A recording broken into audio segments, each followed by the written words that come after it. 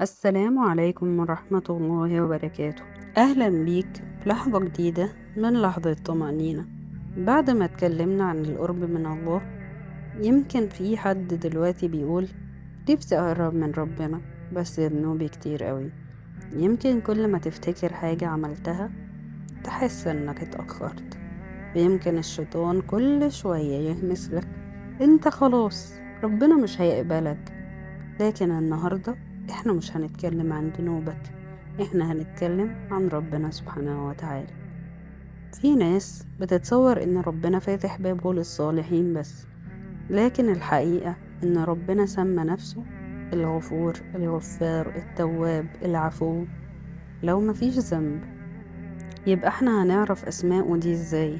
ربنا سبحانه وتعالى قال: قل يا عبادي الذين أسرفوا على أنفسهم لا تقنطوا من رحمة الله إن الله يغفر الذنوب جميعا إنه هو الغفور الرحيم.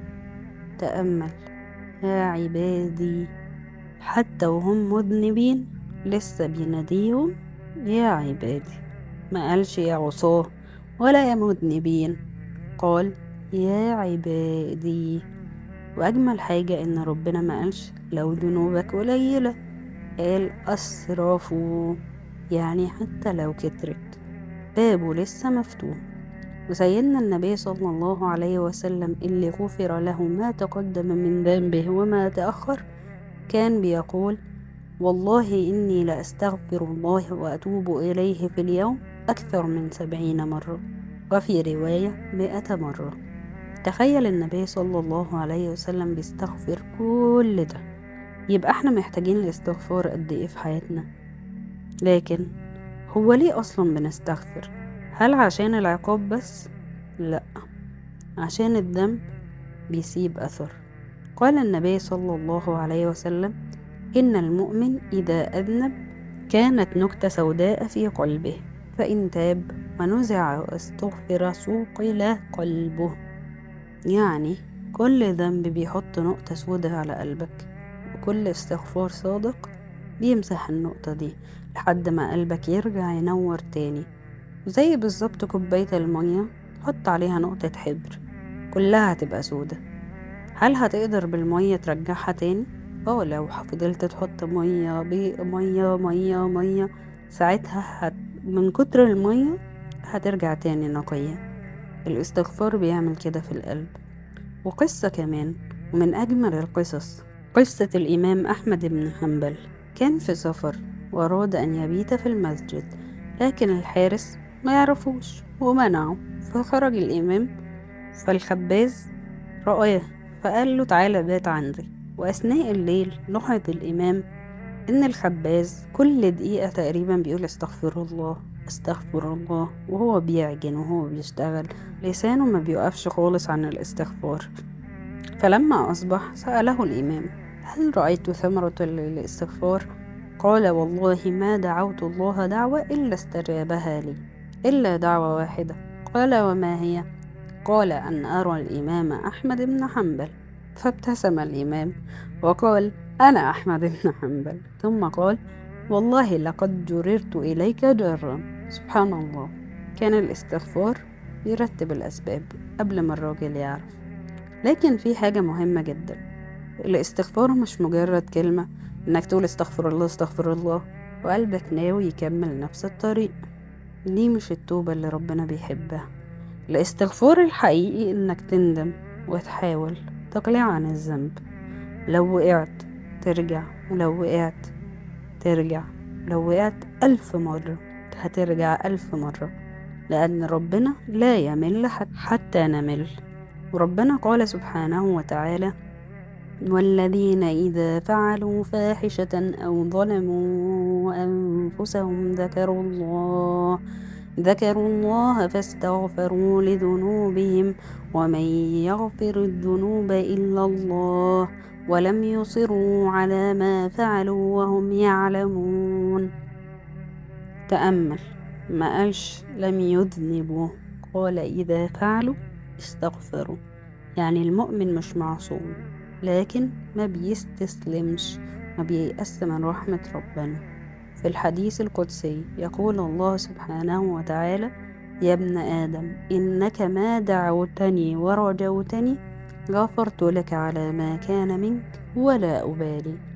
في آخر الحديث: ولو بلغت ذنوبك عنان السماء ثم استغفرتني غفرت لك.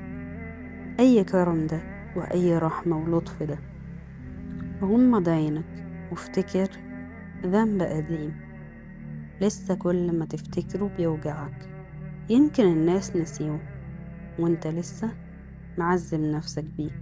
واسمع ربنا النهاردة وهو بيقولك: لا تقنطوا من رحمة الله، بابه لسه مفتوح، ورحمته أوسع من ذنوبك، ومغفرته أكبر من خطاياك. فارجع، يمكن تكون دي أقرب خطوة خدتها لربنا من سنين. وأنا هدعي وأمن معاي: اللهم يا غفور يا غفار يا تواب يا رحيم يا ودود يا ذا العرش المجيد يا فعال لما يريد، جئناك بذنوبنا وضعفنا وتقصيرنا، وليس لنا بابا غير بابك ولا ملجأ إلا إليك. اللهم اغفر لنا ما قدمنا وما أخرنا وما أسررنا وما أعلنا وما أنت أعلم به منا. أنت المقدم وأنت المؤخر، لا إله إلا أنت. اللهم اغفر لنا ما أسررنا وما أعلنا وما علمنا وما جهلنا. اللهم لا تحرمنا خير ما عندك بسوء ما عندنا. اللهم ارحمنا فأنت بنا راحم، ولا تعذبنا وأنت علينا قادر. اللهم عاملنا بما أنت أهله، ولا تعاملنا بما نحن أهله، فنحن أهل الذنوب والمعاصي والتقصير، وأنت أهل الجود والكرم والمغفرة. اللهم عاملنا بفضلك وإحسانك وكرمك، ولا تعاملنا بعدلك فنهلك.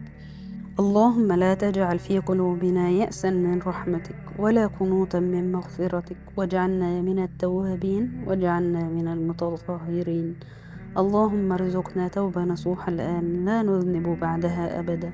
اللهم ارزقنا توبة نصوحة تشرح بها صدورنا وتمحو بها ذنوبنا وتبدل بها سيئاتنا إلى حسنات. اللهم نقنا من الذنوب والخطايا كما ينقى الثوب الأبيض من الدنس. اللهم إنك عفو تحب العفو فاعف عنا.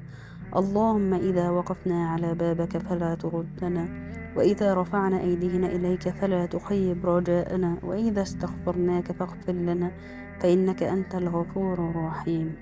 اللهم اغفر لنا ولوالدينا وللمسلمين والمسلمات والمؤمنين والمؤمنات وموتانا وموتى المسلمين أجمعين يا رب العالمين. اللهم اغفر لنا ولإخواننا الذين سبقونا بالإيمان، ولا تجعل في قلوبنا غلا للذين آمنوا ربنا إنك رؤوف رحيم. وصلى اللهم وبارك على سيدنا محمد وعلى آله وأصحابه أجمعين وعلى من تبعهم بإحسان إلى يوم الدين. وقبل ما تمشي، لو حسيت إن الحلقة دي رسالة من ربنا ليك، قول من قلبك: استغفر الله العظيم وأتوب إليه. اكتبها في التعليقات، يمكن تكون بداية صفحة جديدة بينك وبين ربنا، وابعتها لحد محتاج يعرف إن باب الغفور لسه ما اتقفلش. اشترك في القناة وفعل الجرس عشان يوصلك كل جديد من لحظة طمأنينة. وشكرا ليك، وصلي على اللي هيشفعلك. والسلام عليكم ورحمة الله وبركاته.